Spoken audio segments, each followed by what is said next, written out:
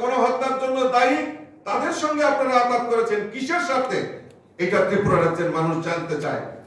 আজকে দৈনিক সংবাদে ধর্ষিতা উপজাতি মহিলাদের কোর্টের দরজা দেখিয়ে দিলেন মুখ্যমন্ত্রী, সেই সময় মানিক সরকারের।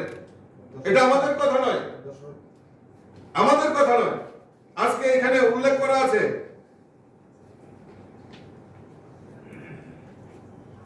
সিপিএম এর নির্বাচনী গাড়ি থেকে অস্ত্র উদ্ধার। দৈনিক সংবাদে ধৃত প্রার্থীর এজেন্ট, দেহরক্ষী, আটক ইলেকট্রিক ভোটিং মেশিন। আমরা ত্রিপুরা রাজ্যের মানুষ সেগুলি ভুলে গেছি? আজকে গণতন্ত্রের দোহাই দিচ্ছেন। কাজেই আমি বিশ্বাস করি আমরা যে অভিযোগগুলি রেখেছি তাদের জবাব দেওয়ার, তাদের মুখ রাখার নেই। কংগ্রেস এবং সিপিএম এই রাজ্যের বুকে মানুষকে বিভ্রান্ত করার জন্য রাজনীতি করার প্রয়াস করছেন, কারণ তাদের অতীতে তাদের চেহারা যে ছিল সেটা আপনাদের সামনে তুলে ধরেছি। আমার কাছে আরো বহু এভিডেন্স রয়েছে, আমি তুলে ধরবো একে একে করে তাদের সেই নারকীয় যে ঘটনা, সেই ঘটনাগুলি আপনাদের সামনে তুলে ধরবো।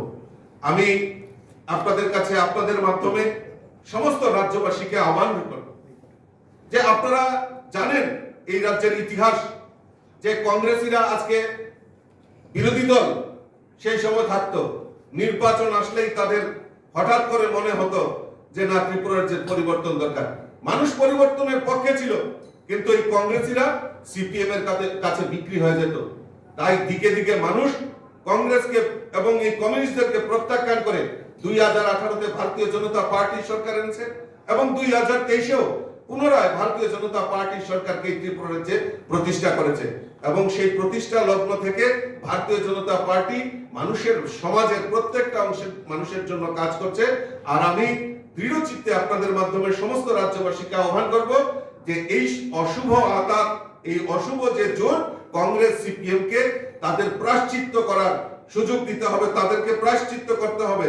এই ত্রিপুরা রাজ্যের মানুষের কাছে, সকলের কাছে ক্ষমা চাইতে হবে। তারা কিসের স্বার্থে, কাদের স্বার্থে আজকে এই অশুভ আঘাত করেছে। আগামী লোকসভা নির্বাচনে আমাদের পূর্ব এবং পশ্চিম আসনে প্রার্থীদেরকে বিপুল ভোটে জয় করার জন্য আমি আহ্বান রাখছি।